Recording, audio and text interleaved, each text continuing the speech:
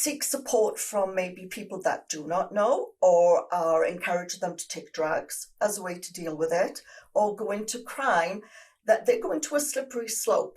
And so many that are incarcerated, I think the latest statistics, and you can correct me if I'm wrong, they said up to 70% of those Yes. incarcerated and up to the age of 30 or 31 have an underlying mental illness.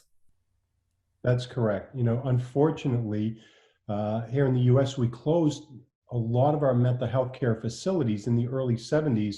We favored community reintegration, and it really didn't get the funding that it needed long term. So as a result, we find a lot of the population who needs services end up, and while they're not exclusively our homeless population and those that are hospitalized, but there's a great deal of them that have been incarcerated for behaviors that are consistent with somebody who's unmedicated or does not have the proper treatment.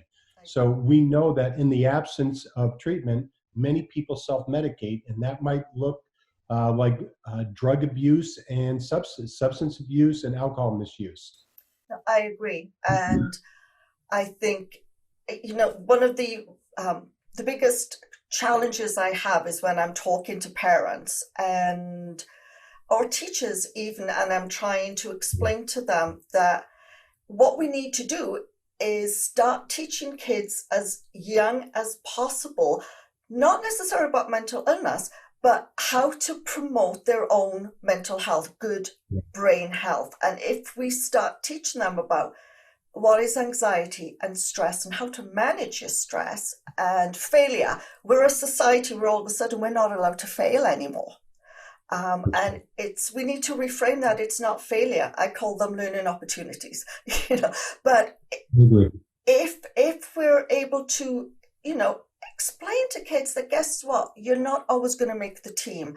You may not get the grade you want, right? You may not, go out with that girl. If we're able to explain to them and help them develop strategies to cope with their feelings, they have a better chance as they go through each grade of becoming more resilient. That's absolutely true, Tracey. And I also think that as a result of that, they'll be more accepting. I look forward to the day when we have normalized this conversation around mental health and is no longer an outlier. It's just a conversation that we have.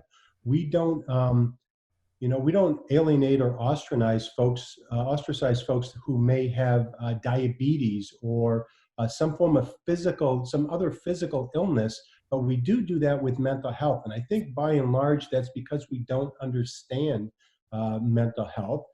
We have stigmatized it because a lot of what we have learned, we being like my generation, the baby boom generation, and perhaps a little bit of the gen behind me, we have learned most of what we know about mental health from social media and through different forms of media, whether it be TV or the movies. And we usually depict these folks with the mental health diagnosis in adverse ways.